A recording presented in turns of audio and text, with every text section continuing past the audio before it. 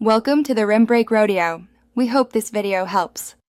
In this video, I will explain how to drive a BMW X1 manual. First, familiarize yourself with the clutch, brake, and accelerator pedals. The clutch is on the left, brake in the middle, and accelerator on the right.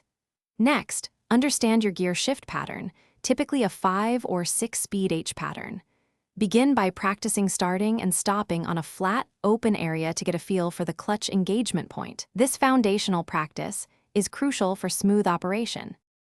When upshifting, accelerate gently until your engine reaches the appropriate RPMs, usually around 2,500 to 3,000.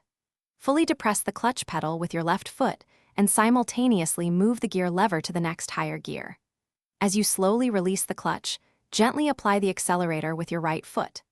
This coordinated movement prevents jerking and ensures a smooth transition between gears, maintaining momentum. Downshifting is essential for engine braking and maintaining control, especially when slowing down or approaching a turn. As you reduce speed, fully depress the clutch. Select a lower gear that matches your current speed and engine RPMs.